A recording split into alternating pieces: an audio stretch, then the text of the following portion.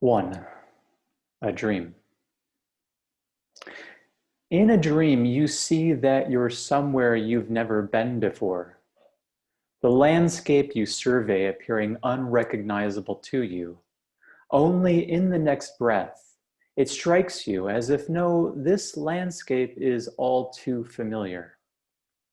Either way, it's clear to you that you don't feel at home here, wherever here is. And you have the intuition, one that comes and goes, that you don't know what home is, or where it is, or really how it is.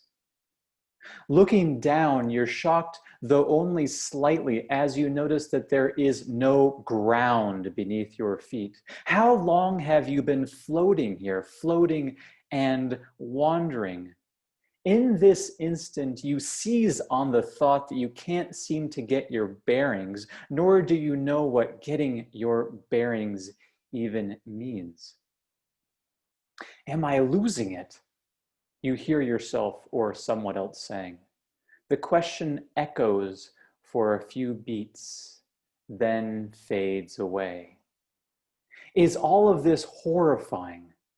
Terrifying? No, not quite. Something less or other. When you wake up, the strangeness isn't brought to an end, for you can see no difference between the dream state and the waking state. No firm ground underfoot, no home to speak of, no sense of direction. You're not alone. We meet you here. 2.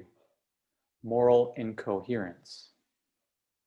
In his masterpiece, After Virtue, the philosopher Alasdair MacIntyre began his inquiry into the fragmentation of our ethical life by observing what may appear, at first glance, to be simply fairly run-of-the-mill moral disagreements obtaining in 3 separate cases. He drew the reader's attention to arguments concerning war, abortion, and political philosophies, showing in each case that our moral disagreements in modernity are at once interminable and shrill. His hypothesis is that their interminability and shrillness are born of a culture-wide, intractable kind of moral incoherence. It's now 40 years since the publication of After Virtue, and not much has changed. In mid-September 2020, when I was writing this, massive wildfires are burning throughout Washington, Oregon, and California. And climate change scientists are arguing that this is proof, hands down, for climate change, while climate change skeptics still doubt whether it's human-caused or if it is, to what extent. 6 months prior, George Floyd's tragic death galvanized the Black Lives Matter movement in support, among other things, of ending police violence against Black people. The movement in some parts of the country, on social media and behind closed doors, has met with counterclaims, sometimes loud though often quiet, about how, quote, all lives matter. And lest we not forget, the coronavirus pandemic has shown us the degree to which expert and ordinary persons' opinions diverge. In May and June, the public discussion concerning how best for the country to proceed was framed in terms of the relevant and relative weights assigned to public health and economic welfare. Conservatives, urging states to reopen their economies, were pitted against progressives who prioritize public health over economic well-being, while for their part, libertarians regarded progressive governors' orders to keep businesses closed as infringements on personal liberties. What is evident here, I submit, is our groundlessness. 3, the landscape of hyperpluralism. To bring us to recognize the meta-crisis for what it is, I'll need first to tack back to the Protestant Reformation. In his beautiful book, The Unintended Reformation, one that owes much to MacIntyre's After Virtue, the esteemed historian of early modern Europe, Brad Gregory, argues that the interminable doctrinal controversies beginning in the Protestant Reformation ultimately gave birth to the hyper-pluralism we presently take for granted. Witnessing the corruption of the Catholic Church, Protestant reformers beginning in the 1520s attributed the cause directly to false doctrine and sought thereby to provide a new foundation for the Christian life. Sola Scriptura, or only Scripture, was to be the standard, enabling them to live in accordance with the Word of God. However, the trouble became apparent almost immediately, for different Protestant reformers, magisterial as well as radical, disagreed not just with Catholics, but also with one another. As Gregory tells the story, each subsequent attempt to provide a clear, firm, solid justification for the Christian life failed.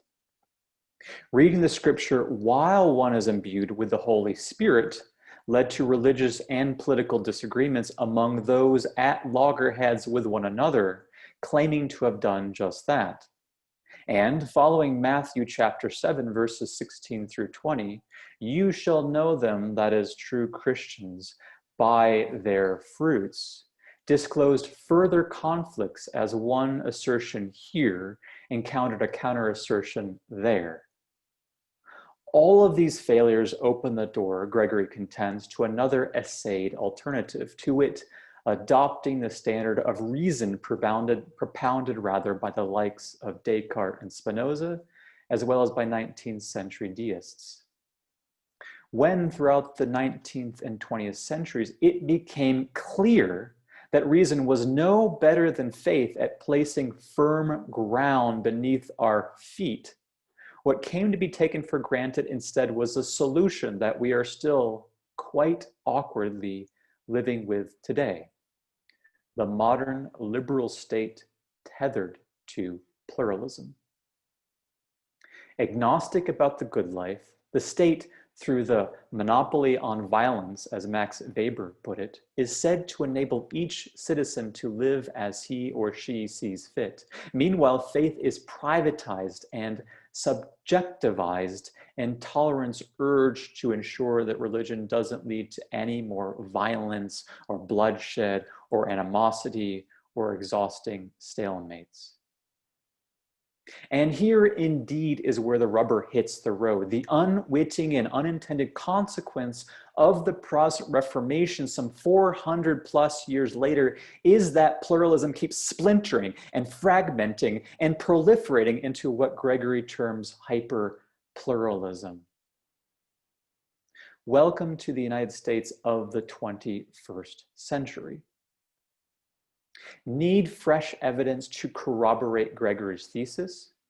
Well, in their white paper, Memetic Tribes and Culture War 2.0, penned in 2018, Peter Limberg and Connor Barnes detail some 33 political cultural group formations ranging from New Atheists to Antifa to street epistemologists to post-rationalists to the Christian right to incels to integral theorists to Benedictines and beyond. And these arising in the midst of the current culture war are just cultural and political groups.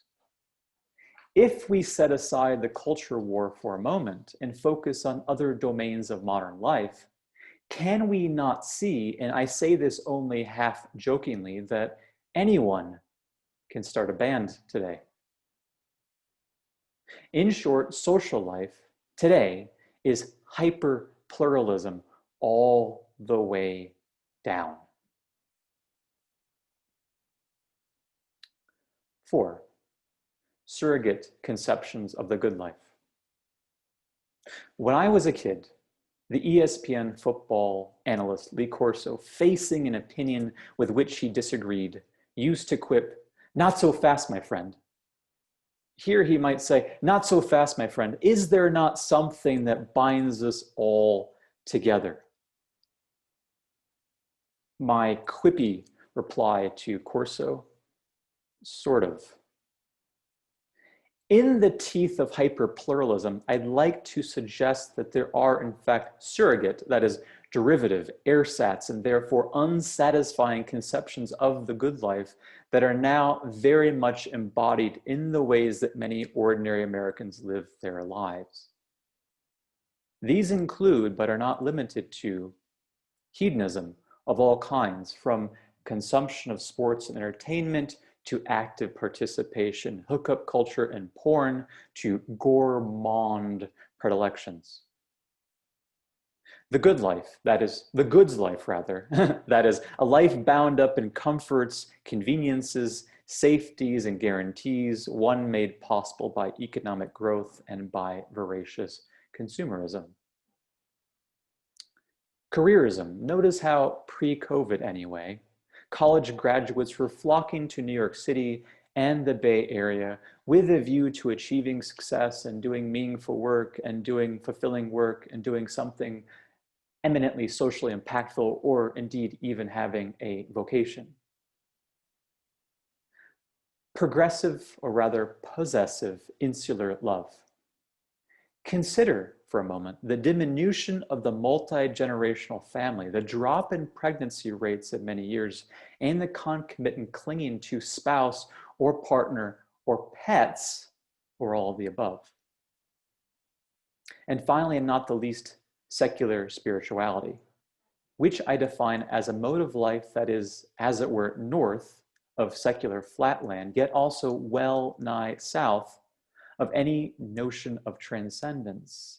Secular spiritualists, of which there are many today, seek, for instance, adventure, peak experiences, flow states, forms of growth, altered states of consciousness, and physical transformation.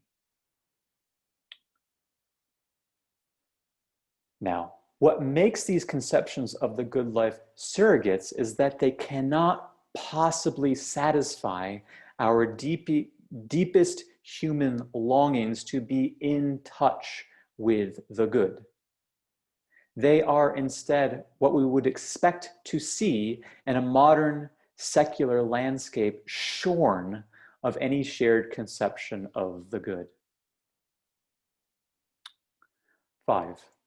The first aspect of the meta-crisis, knowledge of groundlessness. Put the two images together, and what you get is hyper-pluralism fetishizing the primacy of human agency, paired with surrogate conceptions of the good life that proffer us degraded substitutes of eudaimonia, or human flourishing. Both hide from us what is sorely wanting, a shared vision of the good. Too succinctly put, the passage to modernity coincides with the dominance and exclusiveness of human agency. In the modern world, there are, it's widely assumed, no other powers, not divine, not angelic, not demonic, or otherwise, save for human powers, which are used with the aim of working on the self while transforming the entire surface of the globe. The troubling consequence of hyperpluralism, then, is that in one breath, it accepts the dominance and exclusiveness of human agency, while in the next, it, together with the surrogate conceptions outlined above, rejects the very starting point for Aristotle's inquiry into the nature of the good life. Parsing Aristotle's notion of a telos, or final aim, MacIntyre writes, quote, "Every activity, every inquiry, every practice aims at some good. For by the good, or a good, we mean that at which human beings characteristically aim. So I ask, what is that at which our lives should be characteristically and ultimately aimed? What is that?" Such a question, unasked because unheard, is therefore left unconsidered. The stage is now set for the entrance of the first aspect of the meta-crisis. Understood in a Socratic key, it is our newfound knowledge of our groundlessness with respect to the good. For the crisis in question has to do with our inability to know on what basis we should live our lives. On our own, and most especially together in the form of a we. And thus the meta-crisis only arises when we come to a metacognitive awareness of this long-standing sense of groundlessness. In that moment of dizzying insight, we may feel clueless as well as rootless. 6. The reigning picture of reality. So far, I've spoken only about our living at this point in modernity without a shared vision of the good. In this sense, my talk up to this point has been a broadly ethical investigation. But this is not the whole story about the nature of the meta-crisis. For I'd like now to turn to a brief discussion of metaphysics, or the study of reality. I begin with a quote from the philosopher Ludwig Wittgenstein. "A picture," he says, "held us captive." And what picture of reality is holding us captive, limiting our imaginations, our hearts, and our aspirations?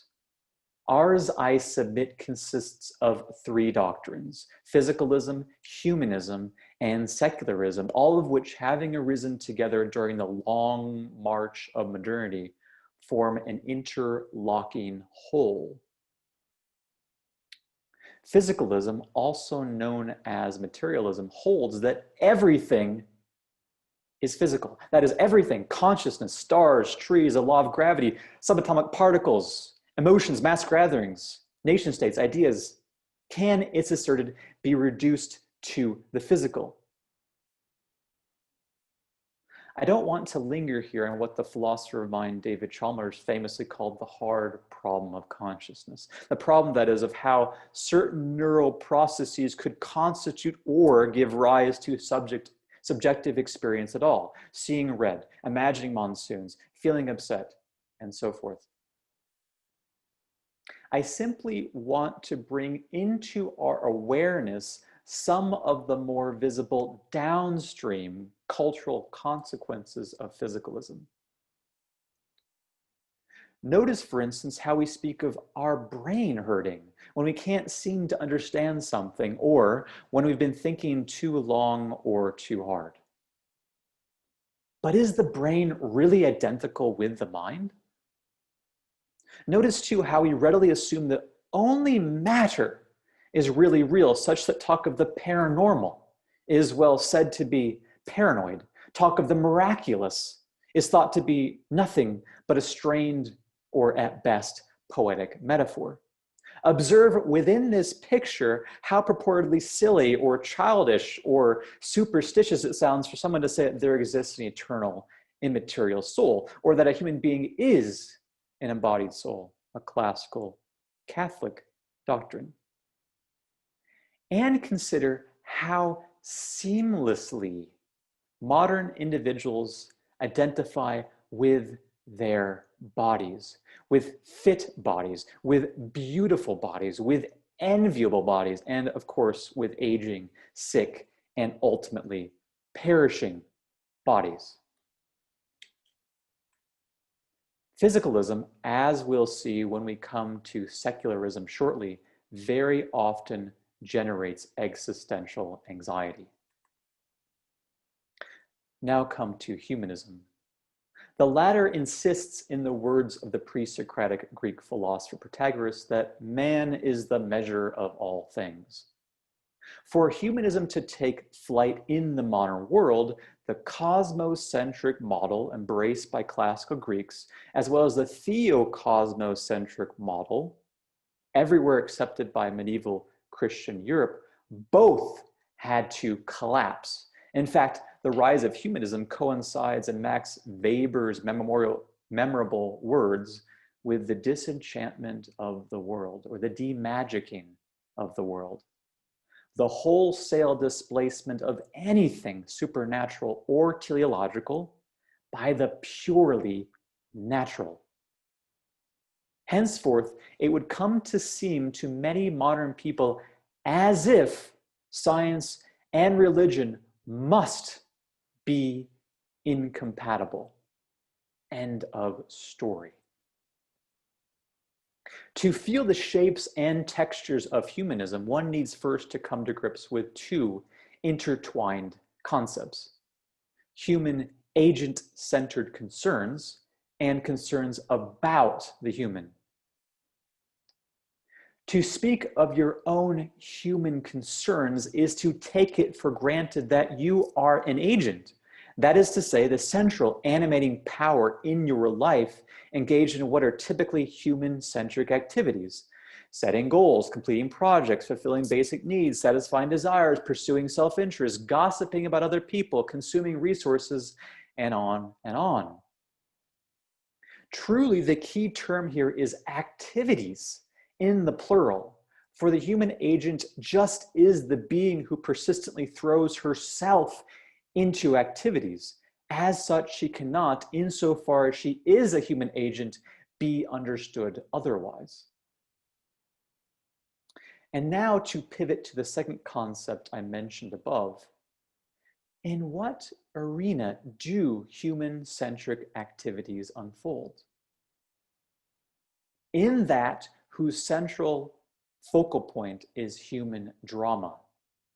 Undeniably, you care about human births, human aging, human illness, and human death. If you care about climate change, you most likely care the most about the possible extinction of Homo sapiens.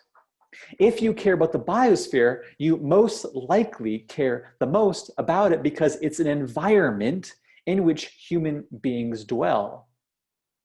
Therefore, within the bounds of humanism, it is almost inconceivable that a cosmos could be experienced as an indwelling spirit, an anima mundi, as it used to be called, or that the sacred could evoke worshipful reverence, sublime terror, or even awe.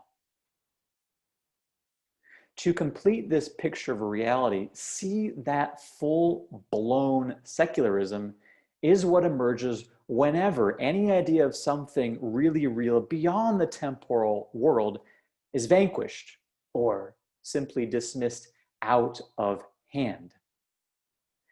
As a direct consequence of secularism, there can be no afterlife or reincarnation or experience of transcendence because there can be no ontologically distinct world or no ontologically distinct way of being in the world that's set apart from or beneath this temporal world. There is, it's urged, only the temporal world, which is whatever is subject to chronos, that is, to the inexorable nature of clock time.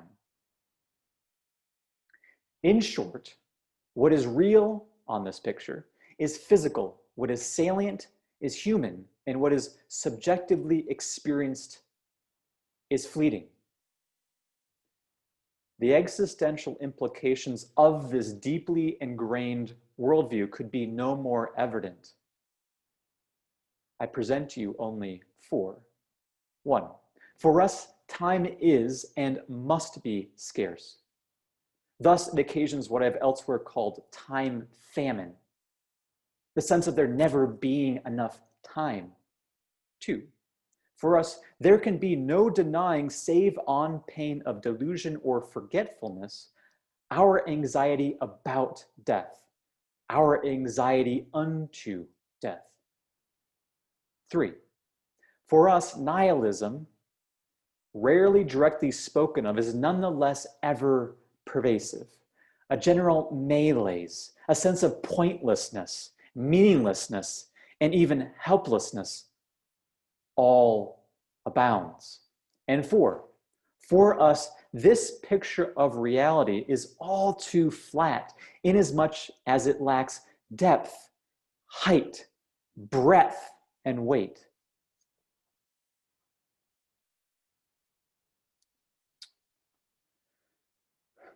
Seven, the second aspect of the metacrisis, knowledge of homelessness. Enter the second aspect of the metacrisis, the knowledge of which just is a knowledge of our existential homelessness. Life is fragile, too short, our actions futile, the substance of our lives pointless, and the subject of the picture in question without genuine depth. What I'm describing is a quality akin to being stuck, feeling closed in, not catching a full, easy breath, and above all, feeling ever restless. We are homeless, as it were, at home neither in the world nor in our own skin. We're now in a position to join together the two aspects of the metacrisis. We're groundless in the specific sense in which we have no shared vision of the good, as well as no way of converging upon such a shared vision. And we are homeless in as much as we can't seem to come to rest in our being. Notice how these two aspects mutually reinforce each other. Without a grasp of the good, I have trouble coming into immediate contact with the real. And without feeling the presence of the real, I cannot seem to orient myself with respect to the good. In a sense, I feel as if I have forgotten precious things just beyond recollection, and thus beyond the bounds of expression. Hence, the metacrisis refers in this twofold sense to our newfound knowledge of groundlessness and homelessness. And it is this Socratic understanding, as real as it is raw, that I urge is the humble opening we need in order to give ourselves up completely to contemplation of ultimate things, as well as to living, vibrating wisdom.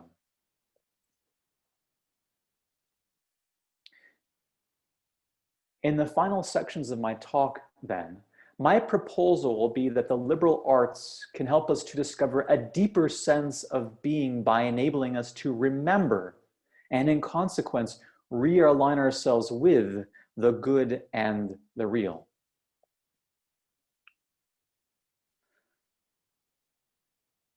Eight, the liberal arts, fragmentation and limitations.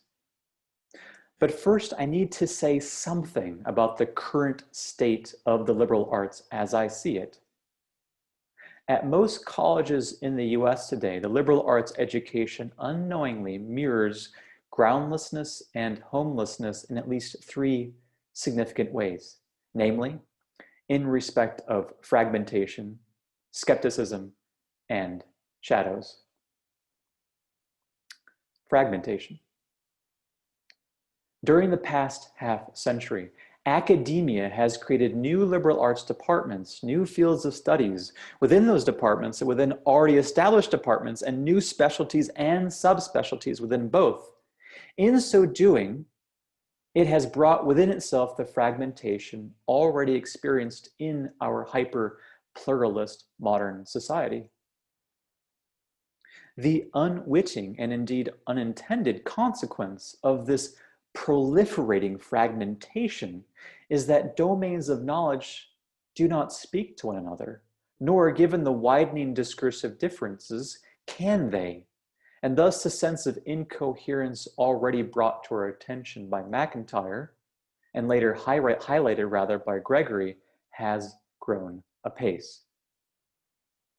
Furthermore, the very possibility of a curriculum vitae, which originally meant a life course, even a life path, indeed a shared one, has been atomized, the outcome of which is, at least at some small colleges, a completely individualized course of study, one that appeals to what Michael Sandel, the Harvard political philosopher, once termed the voluntarist self, a self free of commitments and governed solely by its own autonomous will.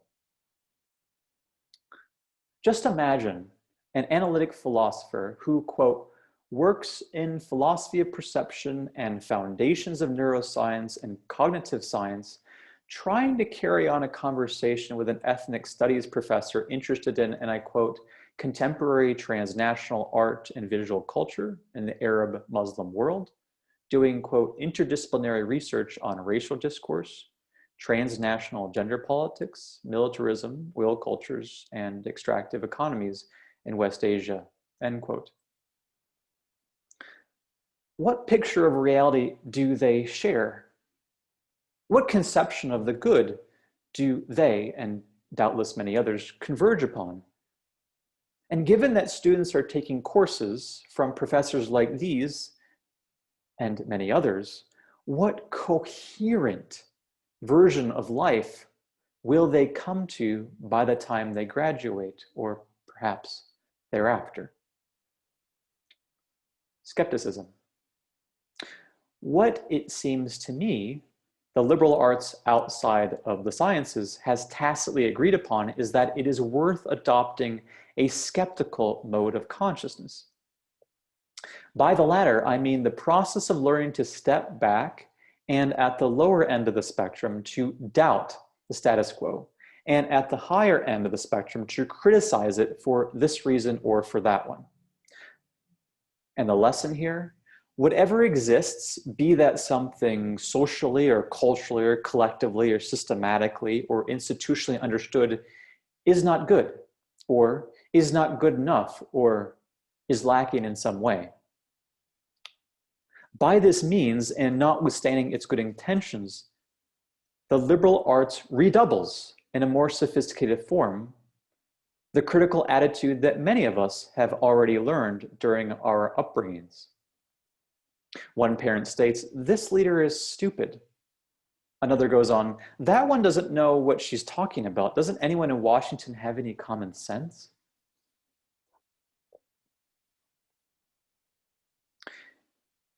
It's not as if the skeptical mode of consciousness isn't of any value, for surely it is. After all, we need to cultivate a disposition of not just giving this or that a free pass, for naivete carries hidden dangers further downstream. As Socrates enjoined, we are better off developing a keenness for examining each subject as carefully and as closely as possible. And yet, if we remain in a skeptical mode of consciousness for good, then at some point we'll likely feel in our hearts that we're more alienated, more jaded, and more bitter than we have been prior to the discovery of modern skepticism.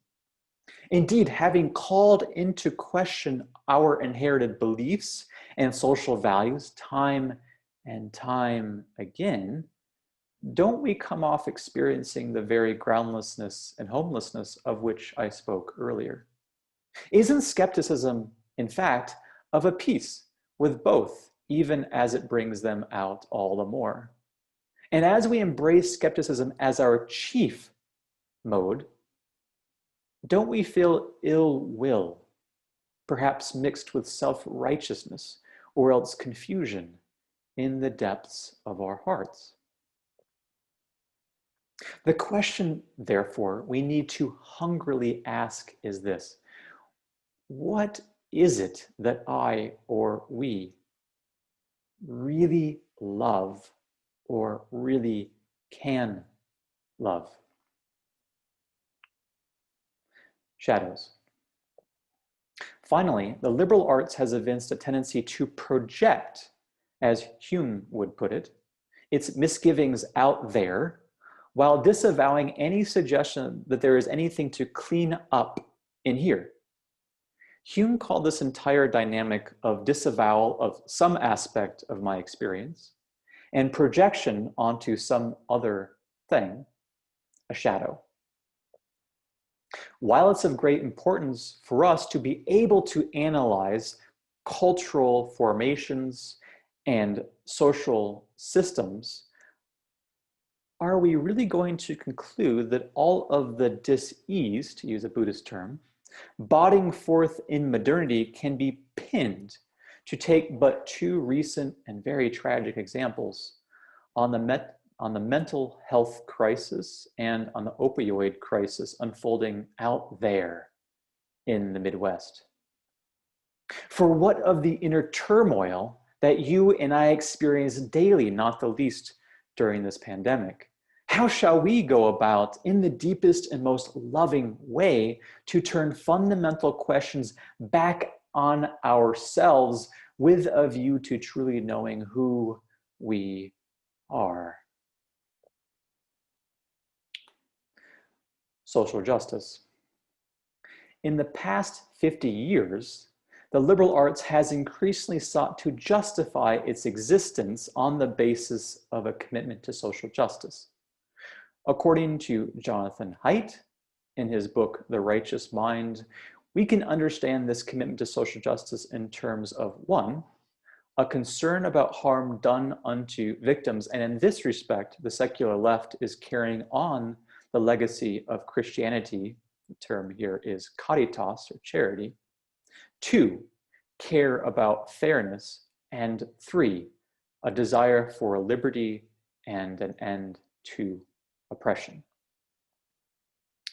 This abiding commitment may have given many the impression that we are already grounded and at home here. Yet, I'd like to suggest that the aim of social justice cannot provide all those pursuing a liberal arts education either with a shared conception of the good or with a shared vision of reality.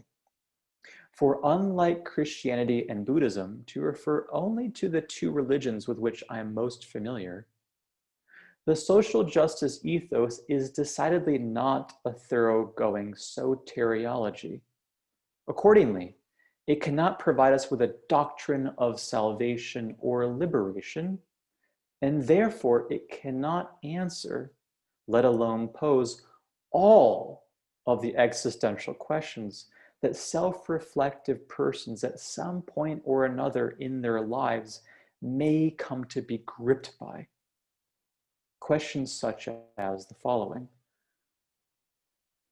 what is the cosmos, and how does it shape the inner folds of my being? What is death, and what a good death for me and mine? What is the good life, and how truly shall I live? What is a good political society, and how can it be coaxed into existence?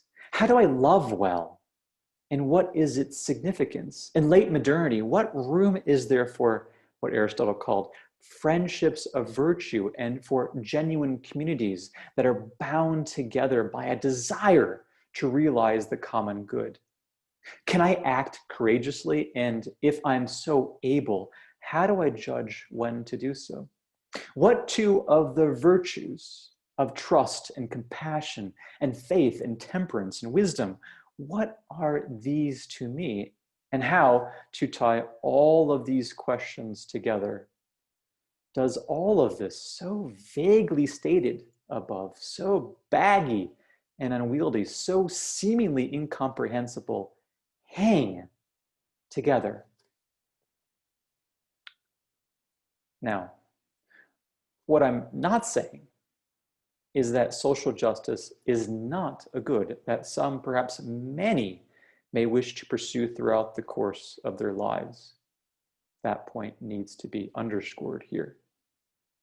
What I am instead suggesting is that this ethos will never be the glue that holds a liberal arts education together, supplying all students with a ground, an orientation, and a sense of direction.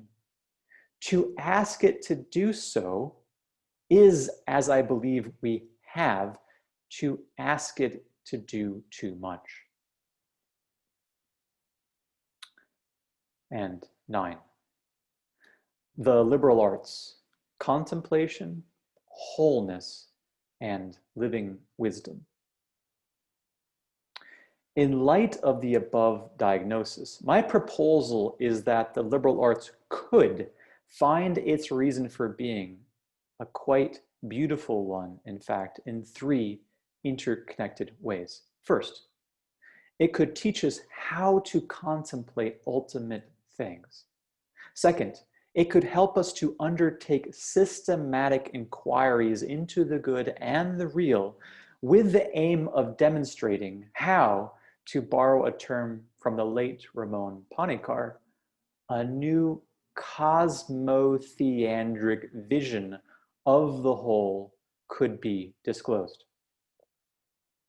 And third, it could help us embark on the path of living wisdom. In this final section, I'd like to take a closer look at each claim in turn. First, contemplation. Contemplation, as I understand it, is a heart and mind open inquiry into the most basic matters of human existence in particular, and of existence more generally.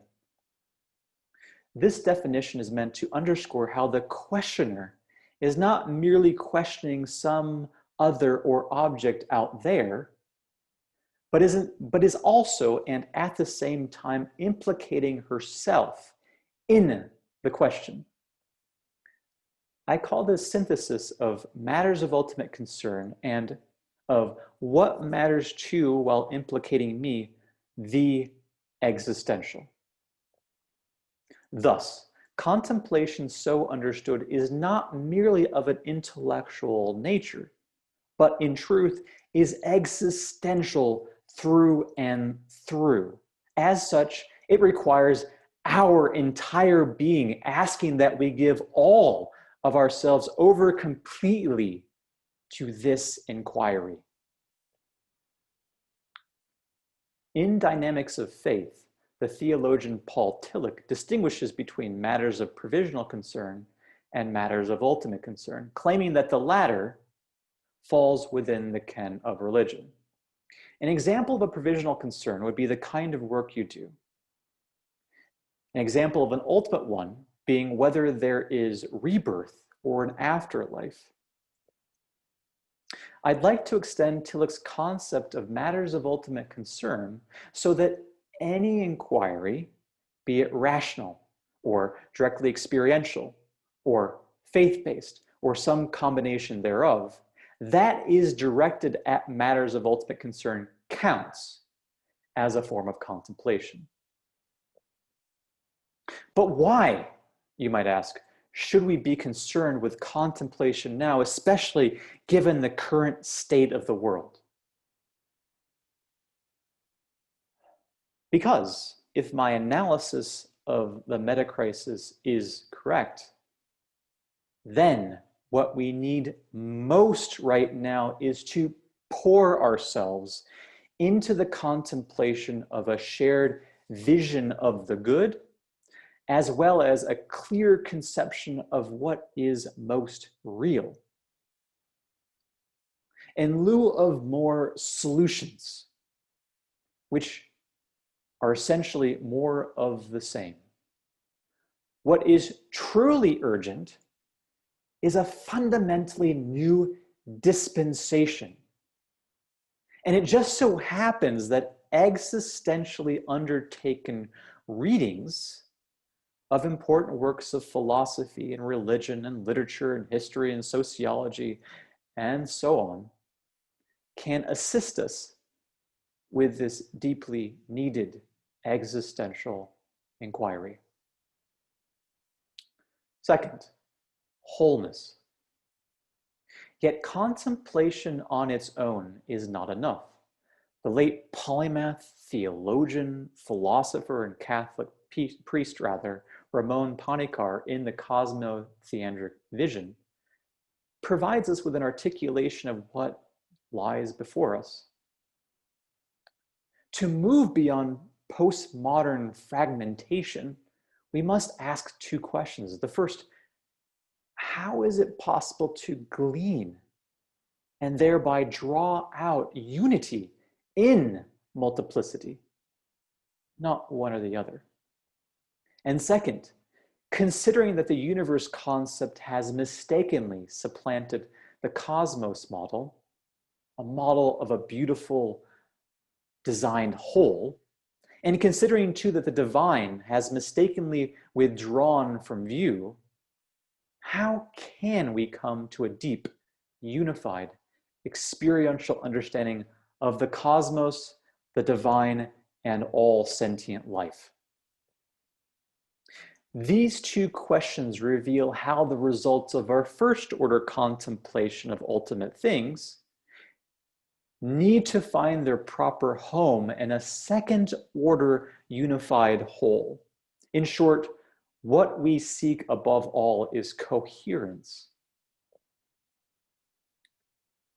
And third, living wisdom. Both contemplation and wholeness reside firmly within those who set foot on the path of living wisdom. For what has been truly missing throughout much of modernity has been a shared commitment to living wisdom. It is living wisdom that answers in its very essence the question, if I wish to live best, how do I live in the world? And if we wish to live best, how do we live in the world? By living wisdom, I mean virtuous conduct flowing directly from the deepest and fullest contemplative understanding of the good and the real. Indeed, from a cosmotheandric vision of the whole, cosmos, theos, anthropos, all together. The one who lives wisely is by turns perceptive, thoughtful, emotionally attuned, energetically resonant, considerate, graceful, and above all, whole. And the path of living wisdom begins, as Socrates well knew, with loving yet persistent self-examination, with questions continually turning back around on the questioner. And therefore, who am I may be one of the most ancient, deepest questions we can possibly ask ourselves. But why, you might ask, should I care about living wisdom? And why care about any of this stuff about groundlessness and homelessness? My answer, see right here. See in this expression of nihilism how modern culture exudes carelessness. Because we've been groundless and homeless for so long, we haven't learned how to care deeply. For to care deeply, as Socrates shows us in Plato's Apology, is to be willing to die for what is truly worth caring about.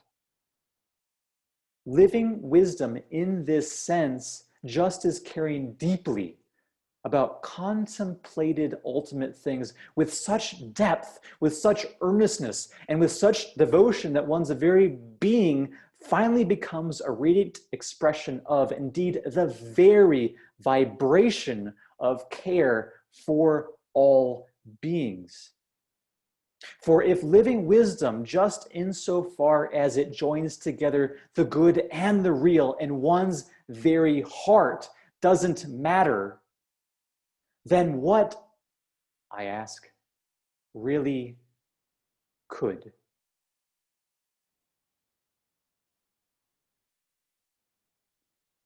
Okay, thank you very much.